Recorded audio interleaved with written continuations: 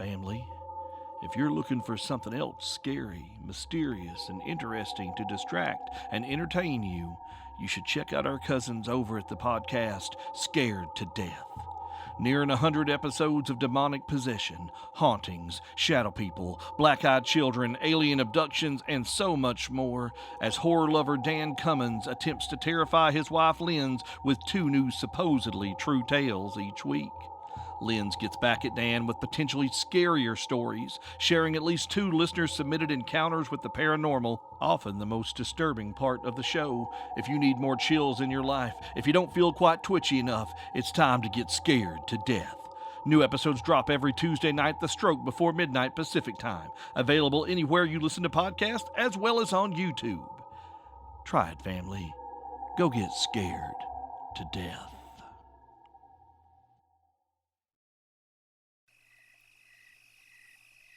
Old Gods of Appalachia is a horror anthology podcast, and therefore may contain material not suitable for all audiences.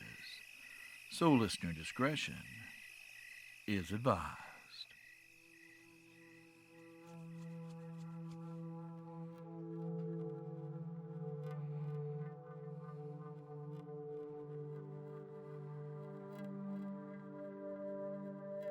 Family. It's a word we use a lot around here. We call each other family because we are connected by the blood under these mountains, if not by the blood in our veins.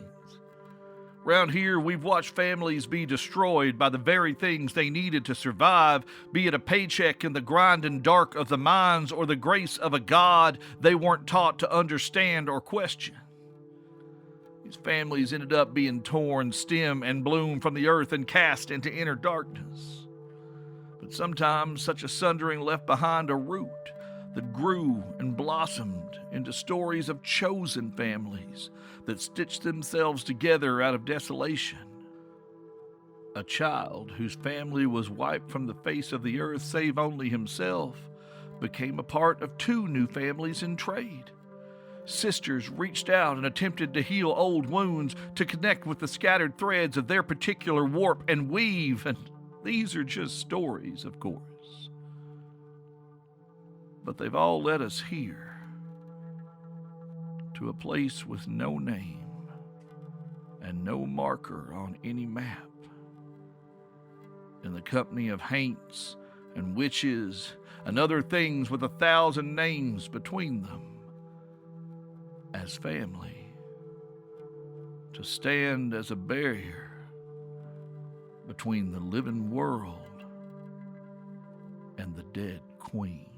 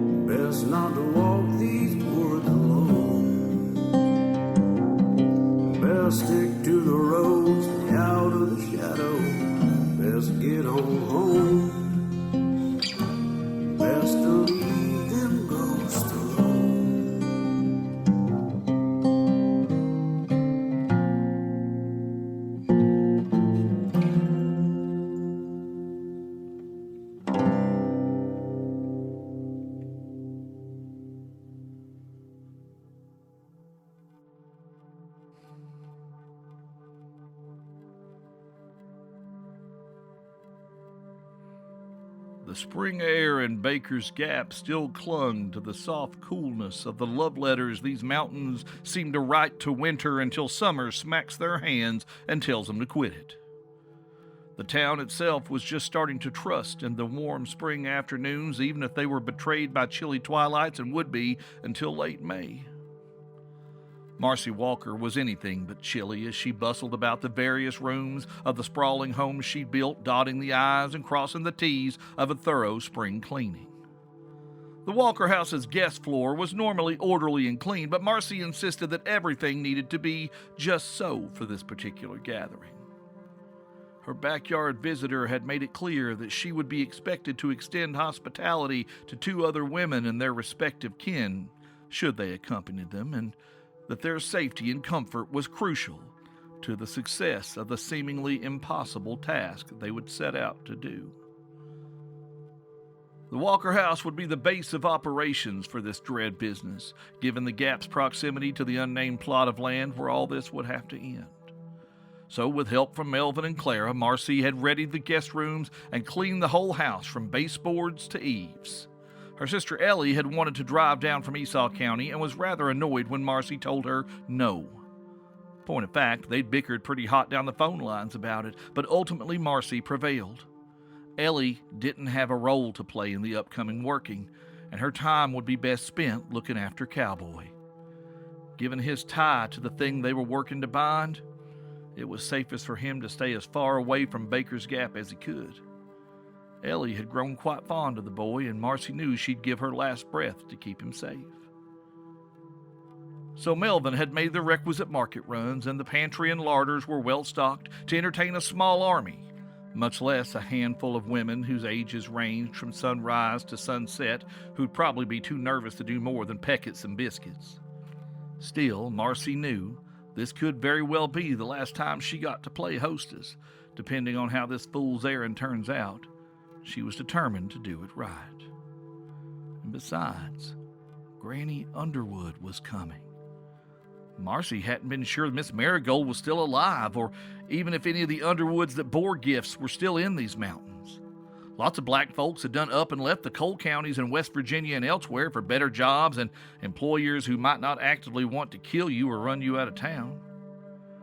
And growing up, Marcy hadn't known much about the Underwoods at all. A famously gifted family who kept to themselves, or at least out of the sight of the white folks of that particular part of Appalachia. Her mama always had spoken highly of the herbs and powders and tinctures you could get from the Underwoods of Oak Mountain. See, it was one thing to be powerful gifted. It was another to be a good granny and tender of the green. The Underwoods gardens were kept with a level of care that most people could only dream of. And that wasn't magic, it wasn't a gift, it was just hard work and the expertise gleaned from decades of it. Marcy had known grannies without a lick of any special powers or skills that could grow mugwort or rue that would be better than anything an indifferent gardener like her could ever coax out of the ground. The Underwoods just happened to have both the gift and the skill. In particular, they were known to grow some of the most powerful and dangerous plants you could gather for a working.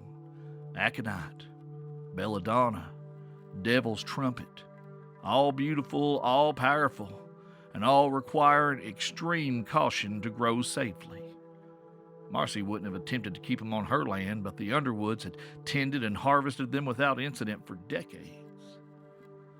The giant man in the Sunday suit had referred to Miss Underwood as the Fire of the Mountain, in his peculiar way of naming people all the way through when he spoke of them, and that felt right. But Marigold Underwood wasn't a raging blaze that burned and consumed. She was the communal hearth of a family and a community. She was the heat of a forge that tempered her family into steel, ever burning and stalwart. Her gift lay in resilience, in a steadfast resolve that we will survive this and there ain't nothing nobody nor nothing can do to stop us. Marcy had hoped some part of the family still remained in the area, but she never expected to meet Miss Underwood herself. Supper was underway, but still a good hour when both the wards and the sound of an approaching engine let Marcy know the first of her guests had arrived. She knew before she reached the front door who it must be. The green up in Esau County on the Virginia-Kentucky state line had its own feeling and smell, like fresh split pine and coal smoke that tended to flavor the magic of the workers who lived there. She could sense it on Ellie sometimes when she'd been staying at her place up that way a while, and whoever had just pulled up front was steeped in that power. It wafted like the smell of cinnamon off an apple pie from the young woman in the passenger seat of the dust-covered Nash that had just pulled up to a stop in the main drive. A tall young man of remarkable proportions rose from the driver's side of the car and walked around to the back. Dealy, go on now, girl. Make your manners. I got them bags. Go on. And the big man was true to his word, popping the trunk and stacking all of their luggage on top of a massive steamer, then easily lifting the whole load all at once over to the front porch steps. Between the arrival of their mysterious caller, Melvin, and now this sweet-faced giant, Baker's Gap was just swimming in big men, it seemed. Thank you, Indiana, The girl said sweetly. She was purty, in her late teens, with honey-streaked light brown hair, and she wore a neat navy pleated skirt, a white blouse with a striped sailor collar, and sensible shoes. She strode over to Marcy with her hand extended politely. Miss Walker? I'm Delia Hubbard. This is my cousin, Indiana Boggs. Thank you for having us. I'm so honored y'all thought of me. Now, I'm still learning from what my Mama Boggs left me. But we're here to help. I appreciate y'all coming down on such short notice, Miss Delia. Oh, please, it's Dealy. Well, Miss Dealy, let's get y'all settled in. Supper will be on soon.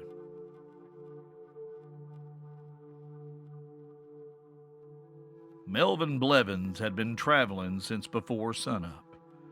And frankly, though he was well used to ferrying people and goods around the greater Baker's Gap area and usually enjoyed the work, he was about done with the inside of this truck. He was about done with these busted-ass old roads, and he was already done with the first of 2 picnic baskets Miss Marcy had packed for him. He'd been forbidden to open the second until he had picked up his passengers. He was tired. He was hungry, and he had miles to go before he could rest. But if the folks he'd been sent to fetch were on time, they could get back to the Gap just in time for supper.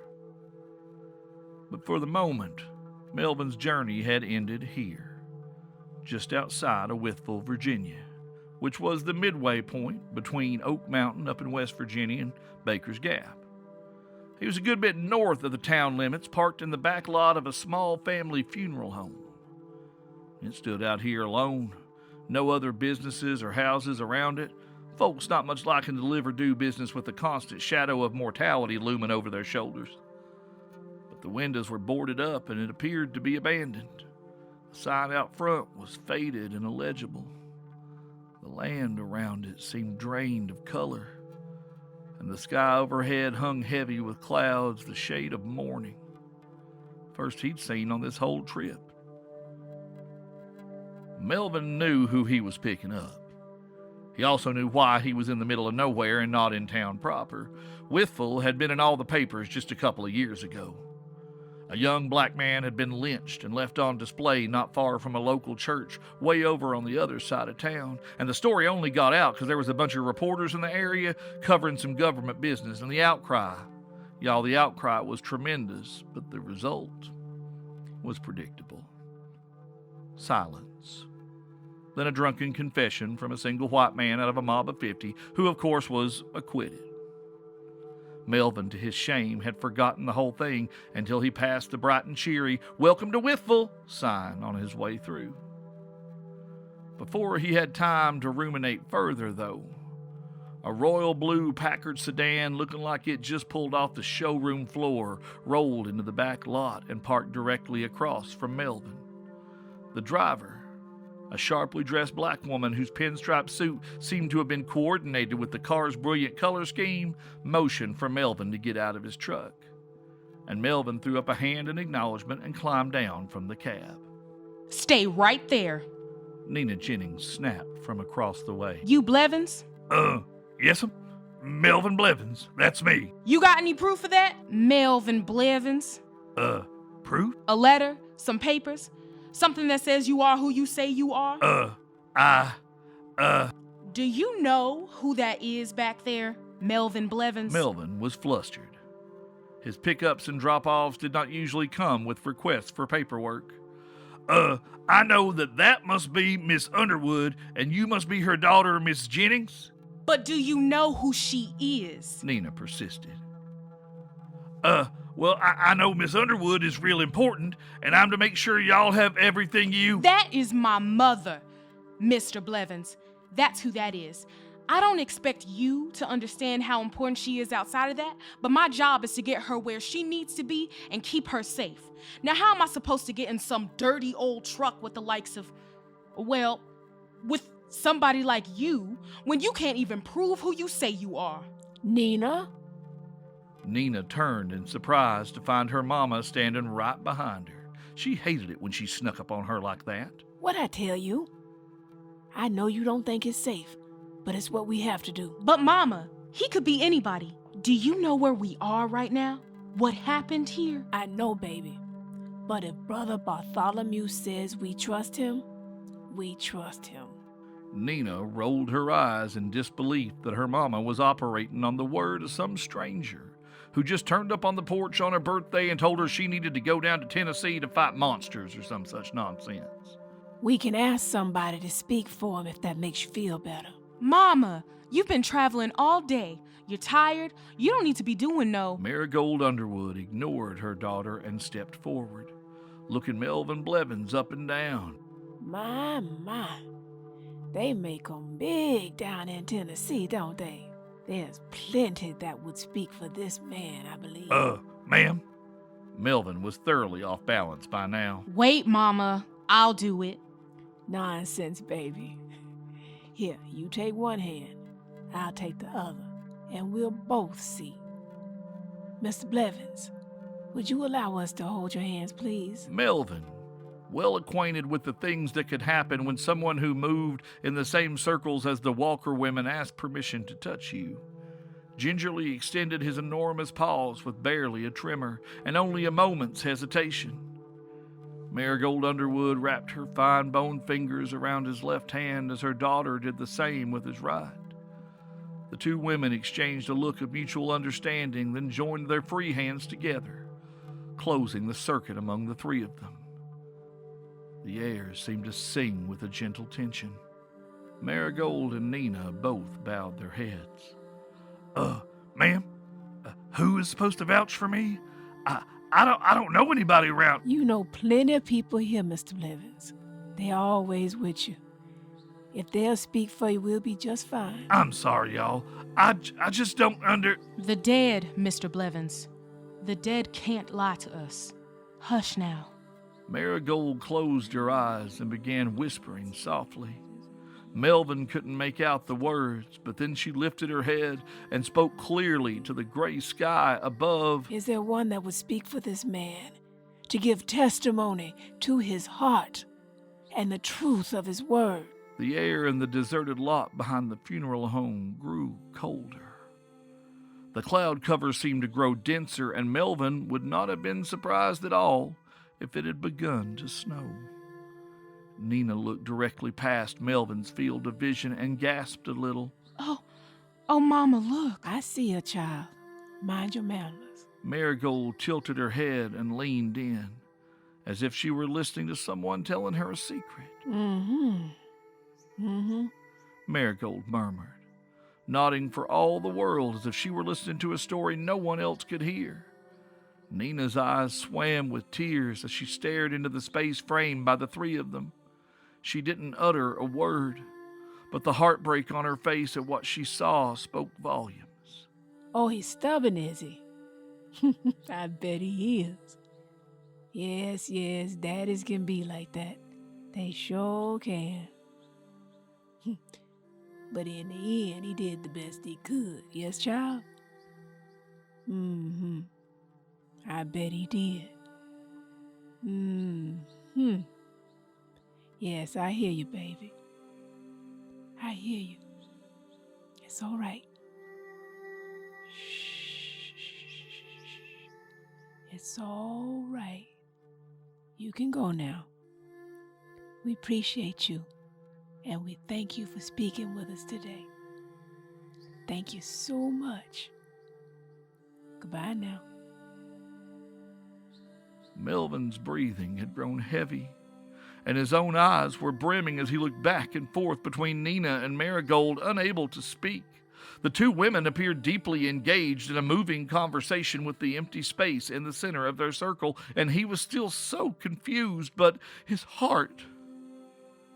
Oh, y'all, his heart swelled and ached and he couldn't say why.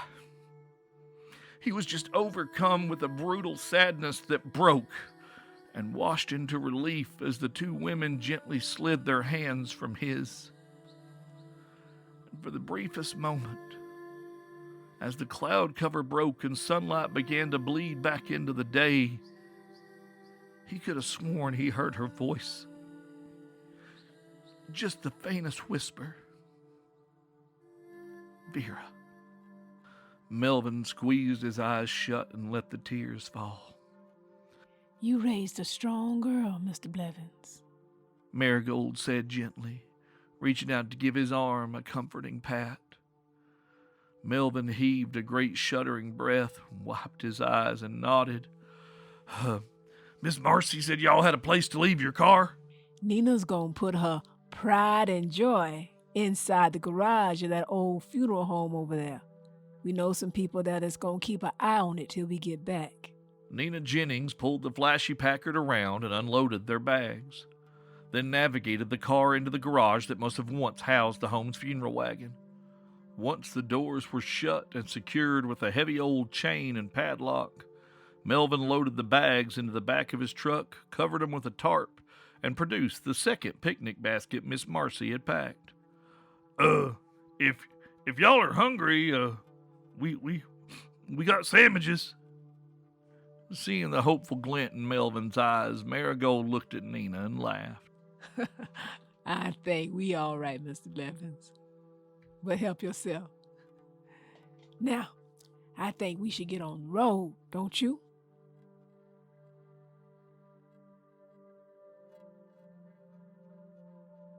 The Underwoods' arrival at the Walker house came an hour or so after the delegation from Esau County had arrived and went as smoothly as one could hope. Melvin introduced Miss Underwood and Miss Jennings, and Marcy introduced Miss Dealy and her cousin Indiana. Melvin and Indiana hit it off famously and spent the time before supper helping when asked, but otherwise keeping out from underfoot. Melvin was happy to show off some of the improvements he'd made to the upper veranda, as well as a couple of rocking chairs he made, and Indiana allowed that it was right fine work and invited Melvin to come up to the holler sometime and see the wood shop he was working on out back of their property. Supper was an all-out affair. If this was the last meal Marcy Walker ever made, it would be one to remember.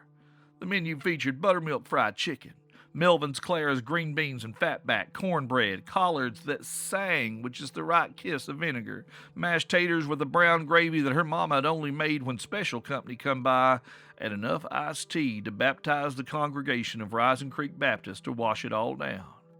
It was a proper family meal. Marcy had risen from the table and was about to head into the kitchen to continue the onslaught of cookery with a battery of fresh-baked pies, cakes, and assorted puddings for dessert when she looked up suddenly. "Melvin," she said shortly.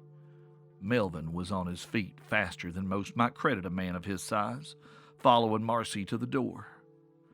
Outside, they could see someone making their way from the road to the front steps. The ward, scribed into the very stone and soil of the Walker house, sounded a gentle alarm to Marcy ahead of their arrival. She turned the porch light on and stepped out to peer into the gathering dusk at 4 people walking up the path to the house. Melvin lingered just inside the door, just behind her.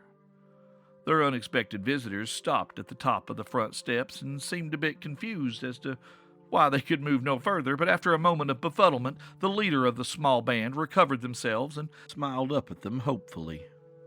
"Ladies, my name is Evelyn Burgess, and this is Georgie Triplet. We're with Good Mother Ministries." Marcy noticed that the speaker failed to introduce the 2 men who hung back, one of whom she recognized as Seth Varner, known thief and general troublemaker. The other one was a stranger, but he had the posture of a man who anticipates doing bad things. Marcy felt the wards thrum in warning as she looked at each of them in turn before speaking. She'd heard some troubling things about the services up on Peters Creek and thus was on her guard. "Can we help y'all? It's a little late for a social call, ain't it? We're just finishing up supper." The woman introduced as Georgie Triplet bubbled right up. "Then we're just in time, ain't we, speaker? She smiled mischievously at Evelyn Burgess. "We sure are. We heard you had company come to town, and we thought we'd bring a sweet treat, along with the blessed news of the good mother." Evelyn Burgess lifted a baking pan wrapped in a cloth napkin. "Huckleberry cobbler." Marcy listened with half an ear as the speaker and their companion rattled on about the cobbler. Her attention fixed more closely on the song of the wards as they reacted to Georgie Triplet's voice. The two men were trouble for sure, but that perky little thing was the real threat. Is everything all right out here? Came Dealy Hubbard's voice as she came out onto the porch, moving alongside Melvin to greet the group with a smile. Ooh, is that cobbler I smell? Dealy inhaled deeply, as if savoring the idea of dessert, but her eager expression quickly turned to confusion. That's an unusual smelling dish you have there, friends. What's in it? "Huckleberries," said Evelyn, uncovering the golden brown crust and releasing the aroma of baked goods into the evening air. "We just wanted to come by and talk with y'all about the miracles of the Good Mother and share with y'all the glory of her gospel."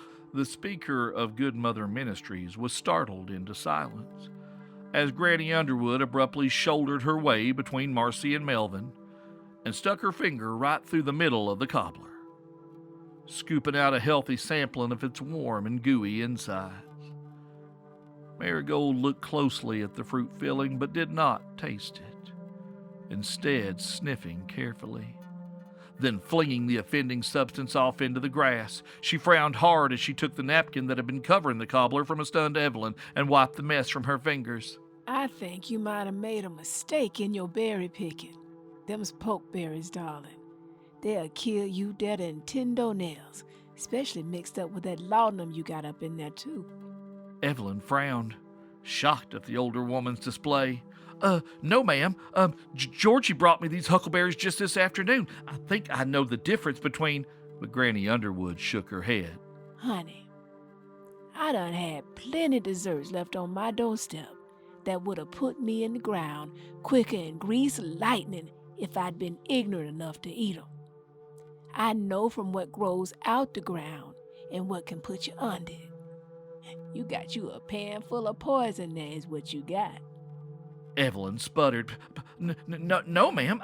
I'd never make anything to hurt anyone. Tell him, Georgie. Are you sure these were huckleberries? Before anyone could say anything else, the wards of the Walker house engaged the situation. The air became charged and tingly, like the moment before a thunderstorm kisses the upper limbs of an unfortunate oak tree. Suddenly, Evelyn Burgess hollered and dropped the cobbler pan to the porch as it grew hot enough to sear her fingers. The assembled women watched as it blackened and burned, as though it had been left in the oven too long. Marcy stepped forward, her jaw set. She could sense the energy flowing through the workings that protected her home. That had been a warning shot.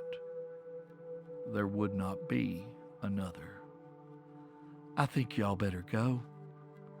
If you walk away now, we'll pretend this was a recipe gone wrong and we never have to see each other ever again.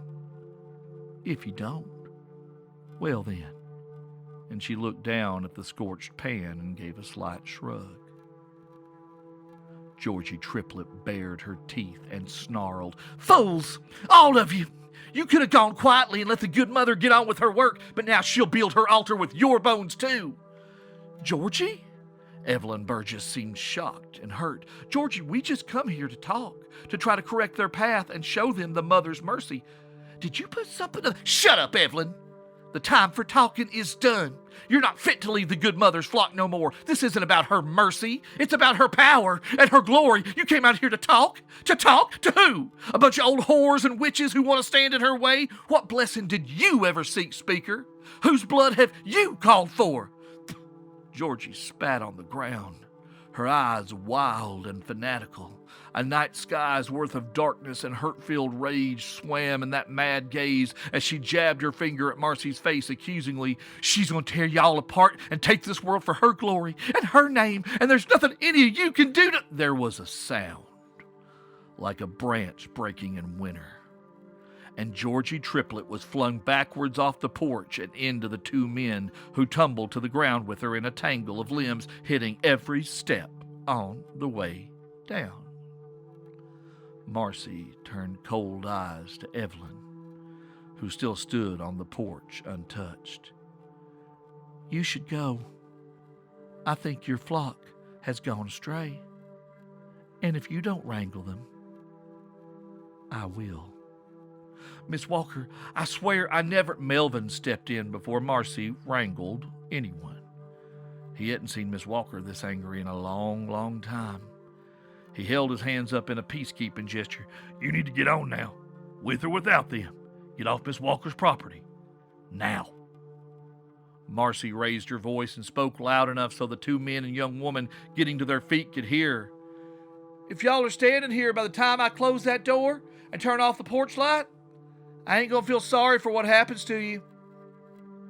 Marcy, Melvin, and the other women turned and went back in the house, ignoring the ranting threats of Georgie Triplet, as the two men and the speaker of Good Mother Ministries dragged her away into the dark.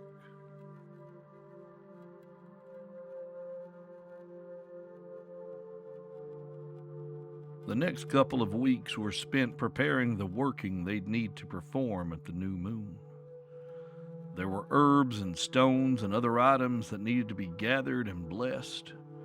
There were notes that Marcy had taken when she spoke with Bartholomew that she needed to compare with Miss Marigold's, and there was plenty to teach Dealy, who'd never taken part in any group ritual, much less something on this scale.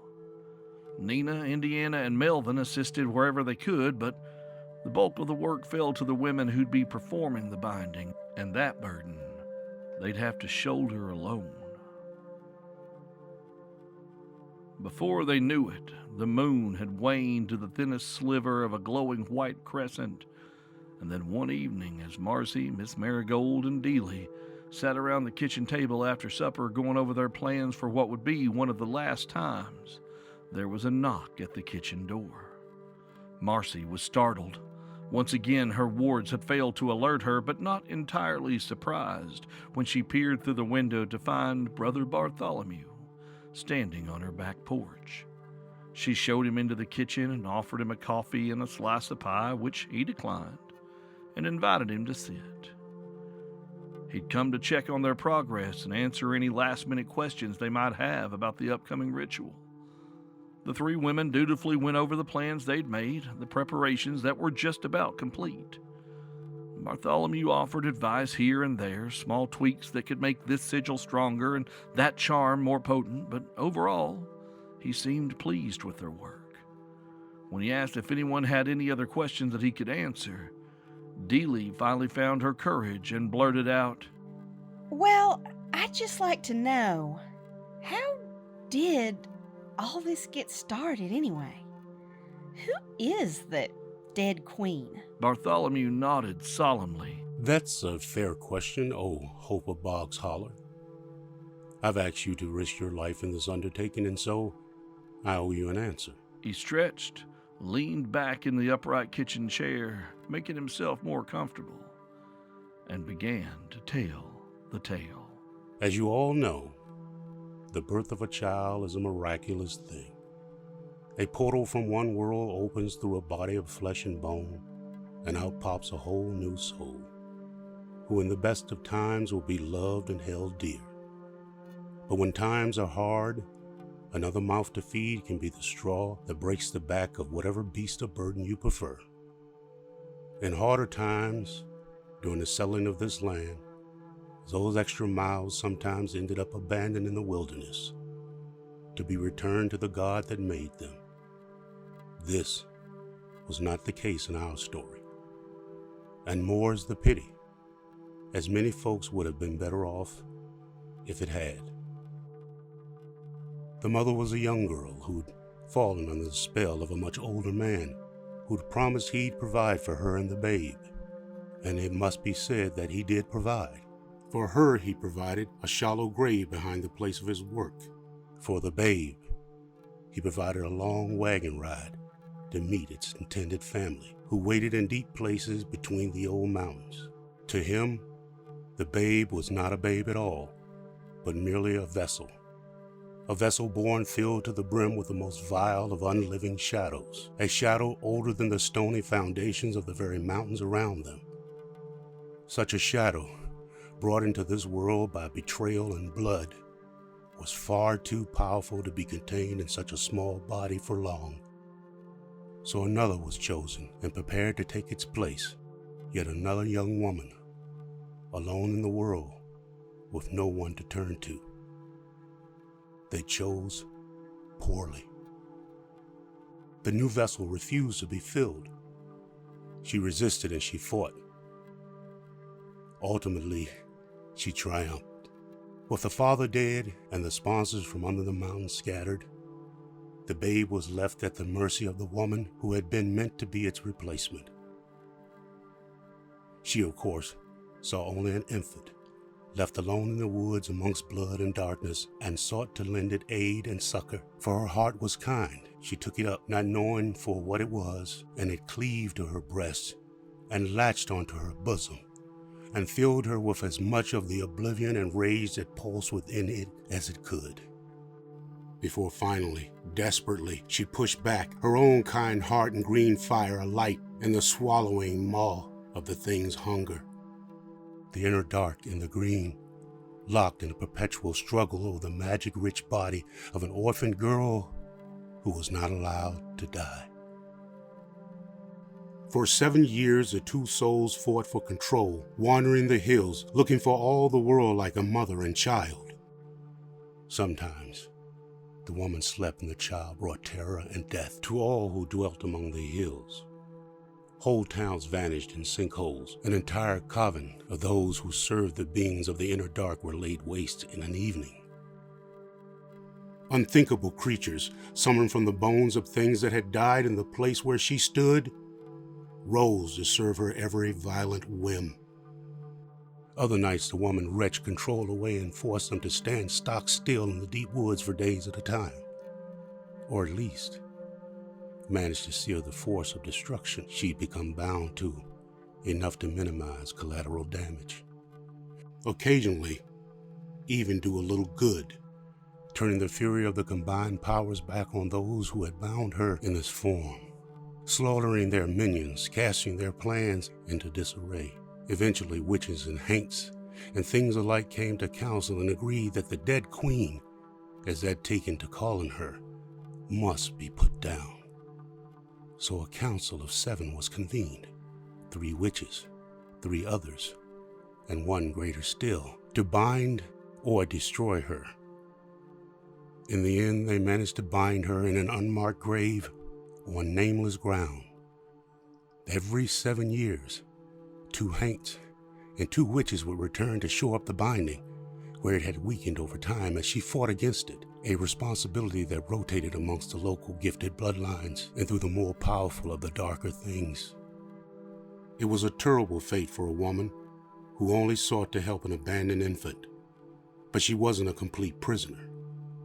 She was forced to sleep in the grave with the child for 1 year out of every 7. On the years when the binding was renewed, but otherwise she was free to walk the land as she chose before returning to the hell of that unmarked grave. It is a sacrifice few would make, but it is one she has made up until now. I cannot imagine it was her that broke the cycle.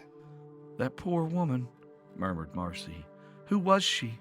That is of no concern of yours, Marcia, daughter of Sheila. Just know that she would not allow the queen to walk if it was in her power to stop it. Thank you for sharing that with us, Marcy said. I think that's all the questions we have. Bartholomew smiled. Good, good. You have all 3 done a fine job. Have courage. We'll have things set to right soon. And with a few other pleasantries, he departed and left them to their work.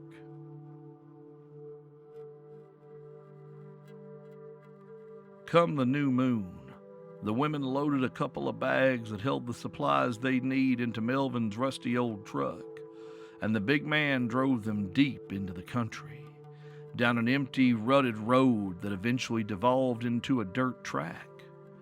Just a couple of grooves worn into the ground across tall, untended grass, and even those were barely visible these days. It was a road long since forgotten, on ground deemed too tainted for sensible folks to sow or to try to build a homestead, so eventually even the rutted remains of it faded to nothing, just at the edge of the woods studded with pines. This is where we get out, Mr. Blevins. Granny Underwood reached for her cane, and Marcy took up her staff as she opened the passenger's side door. Are you sure, ladies? This don't look safe to me at all. Melvin, we talked about this, Marcy said patiently. You can't come with us. Brother Bartholomew said it's just got to be the folks doing the working. It's too dangerous for anyone to be outside of the wards, we said. But, Miss Walker... You wait right here for us, Melvin. We'll need a ride back to the house when this is all over. But no matter what you hear, no matter what, you wait here till we come out. You promise me? Melvin sighed. Yes'm, he said reluctantly. I promise. Marcy, Miss Marigold, and Dealy climbed down from the truck, and Marcy and Dealy shouldered the bags. They weren't heavy, so Melvin's help wasn't needed to carry them into the trees, and Marcy didn't trust that he'd go back to the truck if she let him help that far, but if he promised to wait here, he would. He'd wait till hell froze right over if need be. Marcy hoped it wouldn't come to that. Hoped they'd prepared themselves adequately for the trials ahead. The presence of Miss Marigold lent her confidence a much-needed boost. The older woman had decades of experience to bring to bear, having many times been part of the 7 years' rite to shore up the bindings they were tasked with rebuilding tonight. They'd walked a good 20 yards into the trees when they first caught sight of a faint orange glow ahead of them. Soon they reached a small clearing where a bonfire had been lit alongside a rectangular pit in the ground. Freshly dug earth was mounded up not far from it, though the ground along each side of it had been cleared. A lean, handsome young man with a ginger beard was tending the fire. He wore a long cloak despite the warmth of the evening. Skint Tom, seems I always find you here. Tom stood, dusting his hands off on his cloak. You know me, ma'am. I always look out for my own interests. In this one case, what's good for the goose is good for the gander, too. Evening, ladies. He nodded politely to Marcy and Dealy noticed as he turned his head what looked like a razor-thin red line of a cut. Stretching from behind his ears and disappearing into his beard, she suppressed a shudder, which she imagined would have been impolite. Marcy and Miss Marigold had warned her about Skint Tom. It seemed he'd found himself a brand new skin just for the occasion. Is Brother Bartholomew here? Marcy asked, glancing around the clearing. He was, Tom confirmed. He said he'll be around if we need him, so I imagine he's prowling around the woods doing what bears do. Granny Underwood gave him a stern look and admonished him to mind his manners, as Marcy and Dealy began unpacking their supplies. Once they had set out all the tools they would need, Marcy and Miss Marigold began scribing wards of protection around the places they would take up around the pit, leaving an open space for each woman to step inside, at which point she could close her circle. At the older woman's direction, Dealy carefully placed stones and charm bags at specific points within the complex design, paying close attention to how each was laid out. She did her best to commit them to memory, copying the sigils into a small notebook she had tucked into her pocket once they were complete.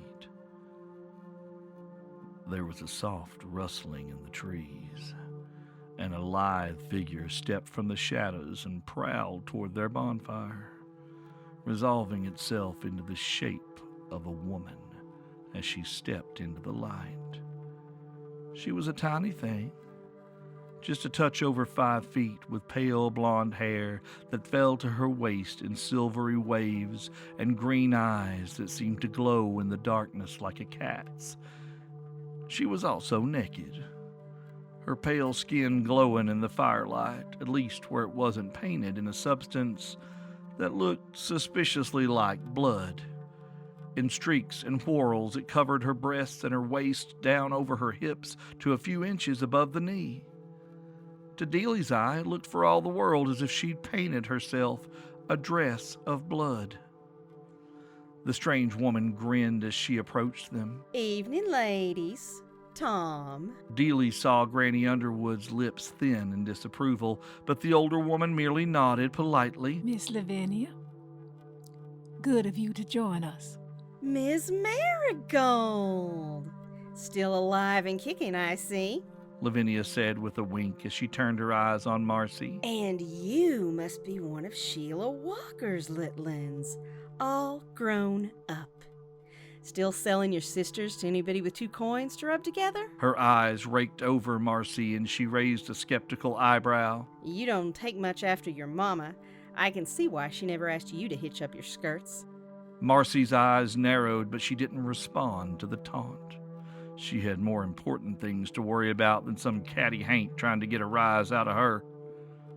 Lavinia's gaze fell on Dealy, and she stopped. But who is this? She closed her eyes and drew air in deep through her nostrils as she stepped towards Dealy. Boggs Holler, she pronounced, peering at Dealy with her strange, luminescent green eyes. One of Glory Ann's line, but not of her power. No, not one of those Teasley bitches at all. You're Wayland's get, through and through. I can smell the death on you, girl. I wondered why the old bear would tap a mere pup for this, but now I see. Clever, clever. Dealy glanced nervously at Granny Underwood as Lavinia turned her attention to Skint Tom. The older woman gave her an encouraging nod and said softly, It's all right. Don't let her get under your skin. But don't never turn your back on her either, child. She's far more powerful and more dangerous than she looks. Tom! Lavinia was saying, gazing up at him over one shoulder flirtatiously. Mighty nice suit you got there. I like this one. Very handsome. Skint Tom smiled and stroked his ginger beard, preening. I'm pretty fond of it. Might try to keep this one around a little while. He dropped Lavinia a coy wink. It's a big hit with the ladies. The shadows around them seemed to just shift. And suddenly the 5 of them were joined by another. And now even Lavinia, for all her swagger, fell silent. What unfolded out of the near darkness was a creature of old Appalachia, before there was even such a name given to this place.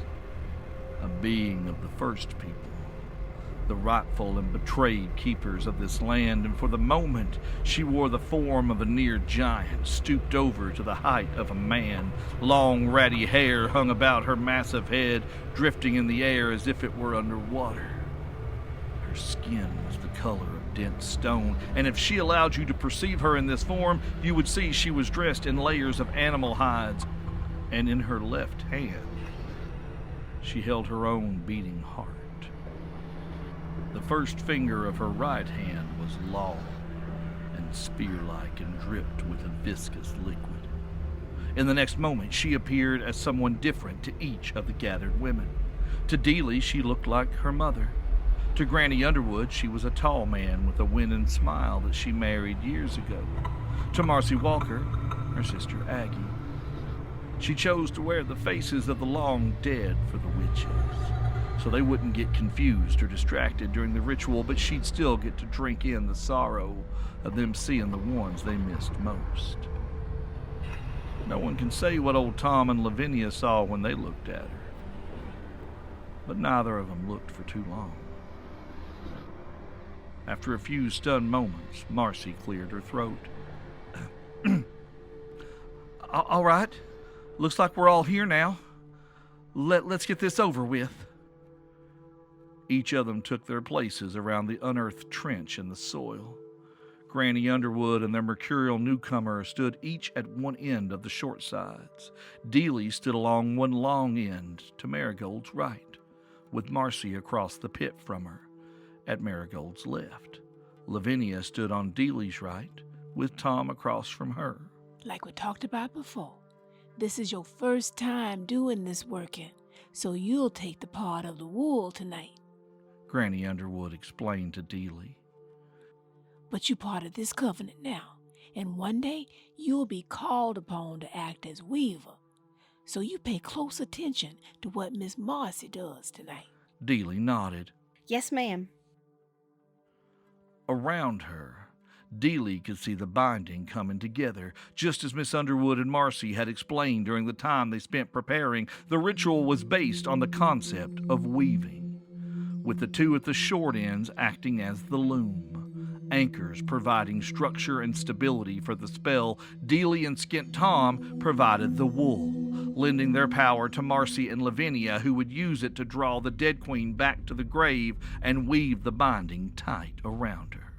As the two weavers worked, Dealy could feel their combined power ratcheting up around her, a living web that had an almost physical sensation against her skin. She could almost see it shimmering in the air. Across from her, sweat stood out on Marcy's skin as she worked, her attention focused entirely on the work at hand.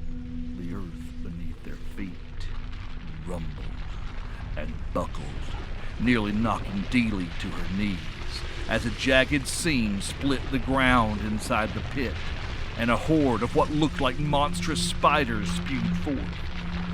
Nothing like anything she'd ever seen before, their jointed limbs composed of thick sinewy vines and half-rotted hairy flesh, their backs armored with what looked like bone.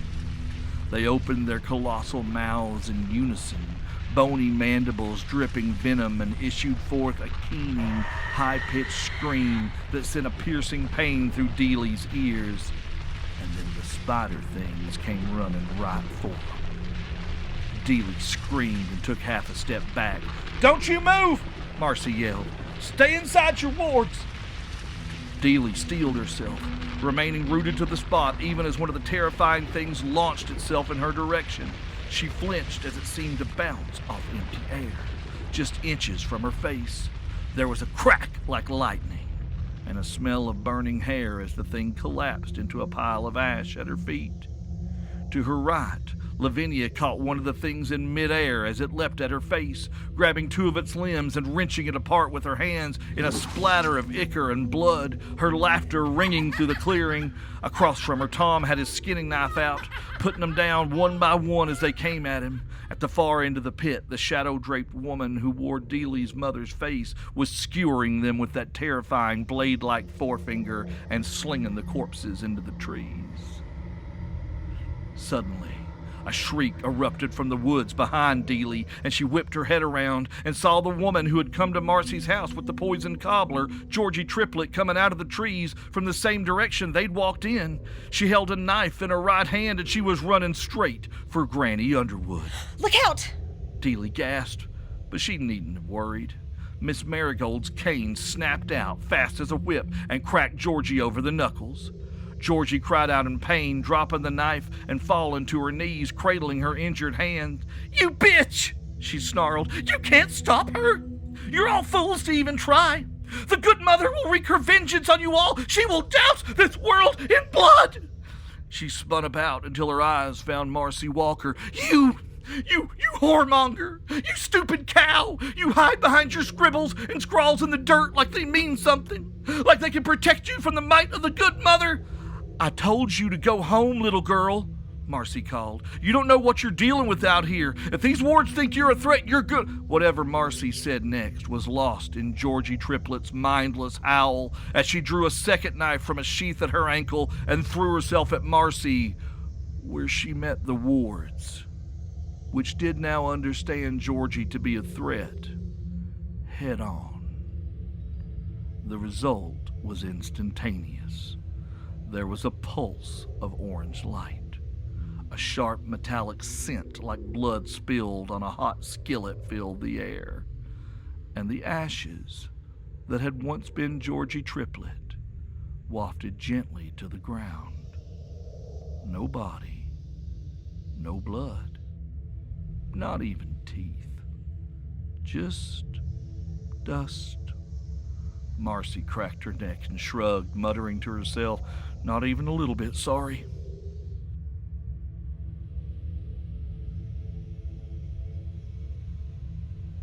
Amidst this chaos, almost unnoticed, a woman with tangled dark hair and skin white as bone had stepped silently into the clearing. She was thin, emaciated really, and her eyes were black as pits.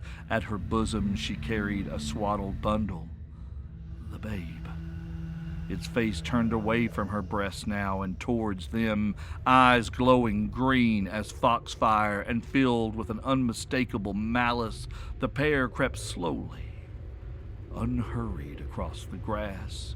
Coming to a halt a good 20 feet away, the woman slowly raised her arms, and a sound like thunder of a dozen horses filled the air as more of the massive spider-like beasts poured into the clearing from the woods all around them. The wards held them off of the three witches, annoying as they must have been for Marcy, deep as she was in the weaving, but they just kept coming. The strain began to show on the Haints, who had no such protections in place. Dealy could feel the binding around her beginning to waver, weakening in places as Lavinia was continually distracted from the working with wrenching things out of the air, killing them and flinging them away. Dealy wished she had a knife like Tom's or a cane like Granny's or something to help. As she squinted at the incoming waves of spider beasts, her vision seemed to almost double for a moment. And then she saw it. A thread, pulsing a sickly green, running along the tentacly limbs of the strange creatures. She remembered seeing something like it before, and how, if she just followed the seam of that thing, she might be able to find the end of it. And there! And Dealy snatched at the writhing, wriggling thread of magic that ran through one of the beasts and grasped it tight, not with her fingers precisely, though she clenched her fist, but with her gift itself. And she yanked. And like a loose thread on a ratty old sweater, the whole thing just came apart. The thin strand of death magic that held all the creatures around them together, unraveling before her eyes. The spider creatures collapsed around them into puddles of slimy ichor, wilted vines, and bones. So many bones. Suddenly exhausted by the use of her gift on top of what she was already funneling into the binding, Dealy slumped to one knee, holding herself up off the ground with a hand, breathing hard, and a high, furious wail split the air. The terrifying sound of the dead queen, the babe itself howling its rage into the night. The woman's foot stomped once hard on the ground below their feet, and there was a deep, grinding, tearing sound as a huge rent opened up in the ground below them. The growing crack raced across the ground toward the small band of workers gathered around the empty grave, tearing through the edge of Marcy's wards.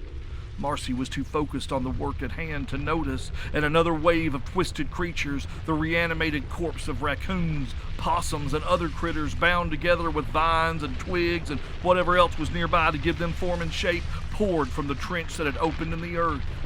Skip Tom saw one of them racing straight for the Walker woman. Well, shit! He took up his trusty knife and leapt for the encroaching monstrosity, tackling it to the ground just as it tried to launch itself at Marcy. Now, Tom had never been brave in life. He'd never been a hero or even what anybody would call a good man while he still wore the skin he was born with, and he'd been a worse one since his skin was off, and worse still after that, the night he met something under a bridge that gave him more power than he'd ever imagined in changing his face and taking the blood of lovers. The dark he'd embraced made him stronger and faster than most things walking. By all rights, Skit Tom should be much more widely known and feared than he was, but Tom was unlucky at best and cursed at the worst, so when he tackled the thing that was making a beeline for one of the weavers and plunged his knife into all three of its yellow-green eyes until it finally went still, he was hoping that for once in his long life that his luck might hold. And for a second, it did. Thanks to him, Marcy managed to sidestep the oncoming horde of rattlebones and resurrected horrors, and she nodded her thanks to him. Then Tom turned to face whatever was next, which turned out to be a nightmarish cloud of bats that seemed to be made up of little more than wings and wide gaping mouths ringed with jagged teeth. They descended on Tom like a tornado, and within seconds reduced the skinless man to pieces too small to even fish with. Just like that. Skint Tom was gone. Her wool lost, Lavinia threw herself into the fray, her long pointed nails lengthening and growing still sharper as she tore into the reanimated creatures around them, keeping them away from Marcy so that she could continue weaving the binding. They were so close. The work was almost done. The babe was wailing again, this time not just in rage but in pain. The dead queen was slowly, inexorably coming closer, her skeletal feet shuffling across the grass, but the nearer she came, the more it became apparent that the woman was struggling against the babe's pull. Fighting for control of her own legs, she held the babe out in front of her, trying to pull it away from her chest, but the thing had locked onto her with its tiny claw-like hands. When she, or they, were in range, Lavinia struck. The dead queen's constructs forgotten, her entire focus suddenly on the real threat. With a wild shriek of laughter, she leapt at the pair, her long nails rippling toward the babe's grotesque, wrinkled little head, and the pale woman's arm snapped up, catching the little blonde hank by the throat in mid-air, and the babe turned its eerie, glowing eyes on her, and Lavinia screamed. Around the grave, Dealy and Marcy cried out at a sudden, horrible pulling sensation in their veins, through muscle and sinew, down to their very bones. Granny Underwood gritted her teeth but stood fast, her focused entirely on her own role as the loom, working with the strange, shadowy woman at the opposite end of the hole to keep the fragile binding they'd woven intact. Dealy could feel her gift straining against the dead queen's power, knew instinctively that the monstrous child was trying to drain their life away, and fought against it. With a strength none of them could have imagined, the dead queen flung Lavinia across the clearing, and she landed in a heap near the bonfire and lay still. The threat dispatched, the babe turned its eerie, glowing eyes on Marcy and began to advance. Her steps were sure now. The efforts of the poor woman bound to this grotesque mockery of a child apparently exhausted. Marcy gripped her staff tight and kept working, fast as she could, desperately trying to complete the binding as the woman's pale, bony fingers reached for her, and the woods around them echoed with a furious roar that shook the devastated ground beneath their feet. The sound of snapping branches and crunching grass reached their ears a moment before the biggest bear Dealy had ever seen bounded out of the very earth near the pines. A bear seemingly wholly made of the green itself. Not a raft of animal corpses reanimated into the shape of a monster, but a beast made of living roots, vines, and soil, a creature that as it charged became muscle, bone, gristle, and teeth, a titanic bear that leapt over the bonfire, lowered its head, and rushed the spectral figure in their midst, its massive head connected with the pale woman in a bone-jarring crunch, tackling her into the pit that awaited her. Before she had time to resist at all, the bear dissolved back into the green like a landslide, burying the woman and child beneath an ocean of earth and filling the grave with a thunderclap of power that seemed to shake the very bones of the world. The power the babe had been draining from them snapped back like a spring let loose, the recoil knocking the three witches from their feet. Marcy recovered from the shock of it first. "We've got to hurry," she snapped. "Lavinia, are you still with us?" From the other side of the clearing, they heard a muffled groan, but a moment later, the blonde haint came limping back to resume her place. She was even paler than before, and one of her arms twisted at an angle that made Dealy nauseous to look at, but she resumed her work without complaint. With Tom out of the picture, all of them would need to pour more of their power into the working, but the most powerful among them, the unnerving shade who wore their loved ones' faces, stepped up to provide most of it. And finally, after several more nerve-wracking minutes that seemed like hours, the binding tightened into place like lacing up a corset, the power sinking into the ground, anchoring the monstrous vessel safely in the earth. It was done.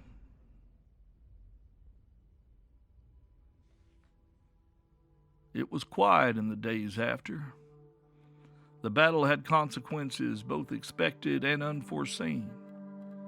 All three witches had survived the harrowing night, but Granny Underwood and Dealy Hubbard had been, well, changed. Dealy's youth and deep well of a gift had mostly shielded her from the life-stealing magic of the dead queen, but it had turned one of the honey streaks in her hair a deep ash gray, stole most of the remaining baby fat from her face, and lent her eyes a gaze far older than her years would indicate. The opposite was true of Miss Marigold, though, who seemed to have absorbed a bit more of her share of power when the green flung it back to them. She walked upright with no need for her cane. Her eyes were bright and focused. The numbness in her left foot that she'd worried about was completely gone. She had easily shed 10 years, just like that. Melvin had borne the Mrs. Underwood and Jennings back to Withful, Virginia, where their car was still locked away safely, and their journey back to Oak Mountain was quiet and uneventful. Dealy and Indiana departed last, with many promises to visit soon. Melvin and Indy had bonded in their time of worry, becoming fast friends, and there would be much wood carving when Melvin made it up to Boggs Holler, Indiana promised. Marcy had retired to the confines of the Walker house, where she vowed to sleep for at least a week, which meant she'd be up at 8 tomorrow morning doing chores rather than 4:30. So family, as these things go, all was well.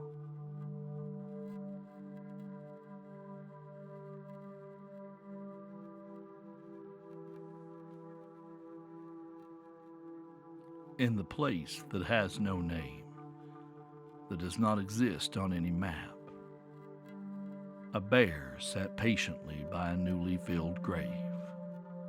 A bundle of clean clothes lay rolled at his feet. He was a big and handsome beast, and showed none of the anxiety that might riddle a lesser creature on a day like today. He waited, and he watched, his eyes focused on the still earth of the burial site. And he waited. Eventually, after a time, the dark earth stirred, and the bear rose to his feet. He watched as a pale, freckled hand clawed its way through the soil, soon to be joined by its counterpart, and followed by the rest of the woman they belonged to, as she dug her way out of the ground in which she'd been buried. She looked as though she had enough years that none but the most outrageous flirt might call her young. But she was far from old, and she certainly wasn't dead. Her clothes were tattered, coming apart at the seams. Though the dirt matted it, her hair still gleamed a vibrant red. Her gray eyes were tired. The bear greeted her fondly with a deep and resonant, "Huh." "Oi! Hey there, old friend. Tell me, how bad was it this time?"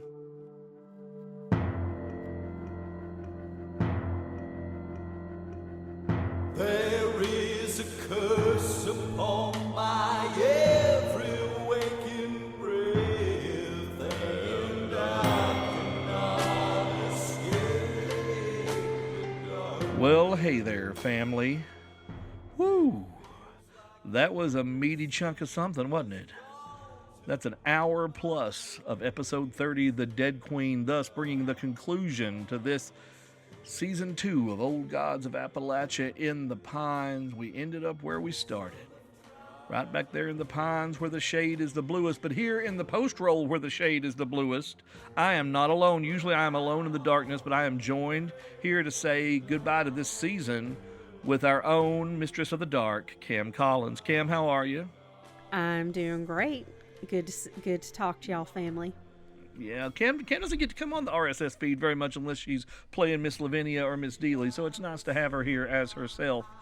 Y'all, this has been crazy. The entirety of this season was produced during the pandemic. I don't even know how to put that into words. I don't know how we got through it. It's twice as long as everything else we've done. We changed careers. Did we not, Cam, in the course of... We both changed careers and had to just completely readapt to working full-time in a very different way than we were used to. It's insane. If they want to call it art or podcasting or content creation, it's stressful. Just going to put it out there. It's a little bit stressed, y'all. But I love it. Y'all think it's easy, I'm sure. It's like, not. oh, what a great It's job. not. Blah, blah, blah. It's not. It's hard. But anyway, thank y'all so much for being here with us for season 2 of In the Pines. We've got some special shout outs, of course, because it's the end of the season. I want to give a shout out to our agent, Charlie Ferraro at UTA, our attorney, Joel Vanderkloot at Vanderkloot Law.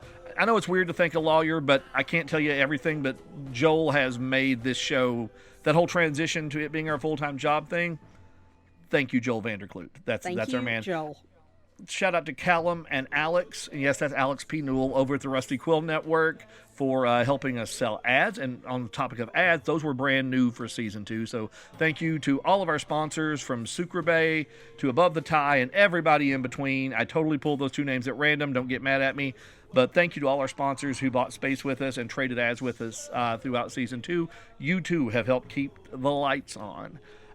Thank you to all of our Patreon patrons. Holy crap. Patreon... you guys are everything. I stop by the Discord and tell you that in the Patreon channel all the time, but seriously, thank you. And patreon.com/Old Gods of Appalachia. You can get Build Mama a Coffin Door Under the Floor, Blackmouth Dog, the Build Mama a Coffin prequel, as well as Porchlight, our new Flash fiction series, which will feature a bunch of guest authors too, I'm hoping. Is going to be happening very, very soon. We'll have release dates on those. And Cam, you got some folks you want to thank as well? Oh, absolutely. First of all, to echo your thanks, thank you so much to all of our Patreon family. You guys, you keep the lights on, you keep the cats fed. You really, you make this possible for us, and we appreciate every single one of you so much. Thank you so much for everything you do. And thank you for being patient when it's come. We're finally getting caught up on all of our rewards. Being patient. And there is stuff in the gaming front that is stirring. As soon as this season is over, maybe we'll have an announcement. Maybe not. Now we're very soon after we wrap this up, we're going to take a little vacation time, but then we're getting into some gaming related things. So stay tuned. So hopefully those of you who've been waiting very patiently on those upper tiers of Patreon to play some role-playing games with us will have something to do and some things to look at very, very soon. Kim, who else you got to thank there? Oh, gosh. First of all, so importantly, the wonderful, just incredibly talented voice actors who joined us and helped make this season a reality. Mr. Yuri Lowenthal, the Buttercream Dream, Mr. Corey Ryan Forrester, Stephanie Hickling Beckman, the One of my oldest amazing voice of Grandy Underwood, Dr. Ray Christian, who played the voice of Bartholomew. Search for Dr. Ray Christian on YouTube. There are 1,000 examples of him telling stories for The Moth, for Snap Judgment. He's been all over NPR. He is a world-class, world champion storyteller. Just absolutely amazing. I've been fortunate enough to attend an event where he was storytelling, and he's phenomenal. Shasparay Irvin, amazing poet who played Nina Jennings, just absolutely fabulous. Find Shasparay on Button Poetry and other places online. Our cultural sensitivity consultants that we've acquired, your friends, hopefully, and my friends, I'm getting to know them now. Kataalyst Alcindor and DJ Rogers, thank you both so much. You've helped us so much with this season, especially the last couple of episodes. I'd also like to thank Deep Nerd Media family here.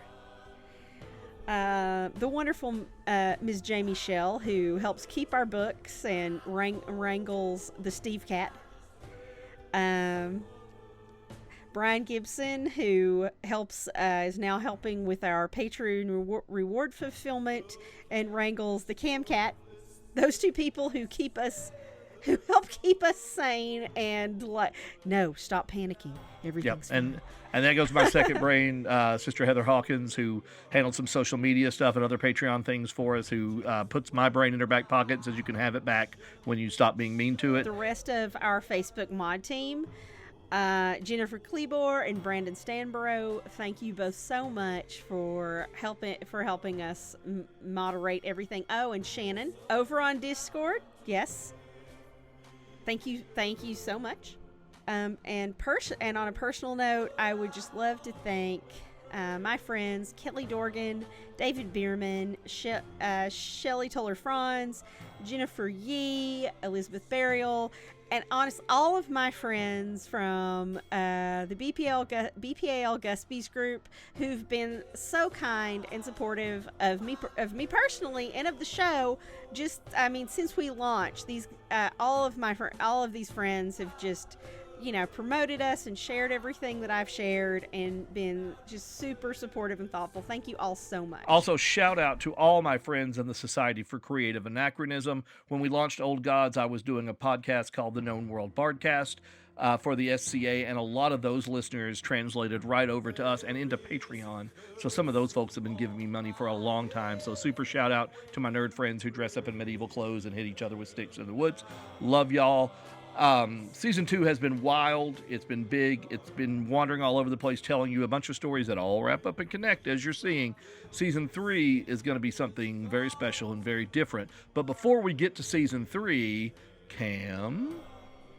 Before Season 3, you can look forward to a very special trilogy by our friend Jordan Shively, none other than @HottestSingles, Dread Singles on Twitter. Jordan is an absolute, just a pillar and cornerstone, and a delight, but he's a pillar and a cornerstone as well as a delight of creepy short fiction on Twitter. When he became a friend of the show, I was super excited because I've been a fan of the stuff Jordan's been doing on Twitter for a while, and just a super nice human being as well. That trilogy will announce a release date for it in the very near future, just like anything else in the very near future, because guess what? We're tired. We're real tired. It's been a long, nonstop ride, and we're going to take it. We're about to take a little vacation. Yes. We're going to take a little break, and then we will start announcing the new stuff on Patreon for summer and fall very soon. Shortly after that, the trilogy by Jordan Shively. And then after that, you'll get the release date for Season 3. Until then, go re-listen. If you haven't joined us on Patreon, patreon.com/oldgods of Appalachia. Build Mama a Coffin is there, as well as Door Under the Floor, and there's going to be a ton of new stuff on there very, very shortly. Going to be a worthy investment. That's all I'm going to say. And just a pro tip, friends, you absolutely want to listen to Build Mama a Coffin before you listen to some of the new stuff. Yep. And this is your everyday reminder that Old Gods of Appalachia is a production of Deep Nerd Media, distributed by the Rusty Quill Network. Today's story was written by Cam Collins and Steve Shell. The voice of Brother Bartholomew was Dr. Ray Christian. Granny Underwood was Stephanie Hickling Beckman. Nina Jennings was Shasparay Irvin. Indiana Boggs was Brandon Sartain. Miss Lavinia and Dealy Hubbard were none other than Cam Collins, and all other voices were yours truly. My name is Steve Shell. We'll see you soon, family. See you soon. See you real soon.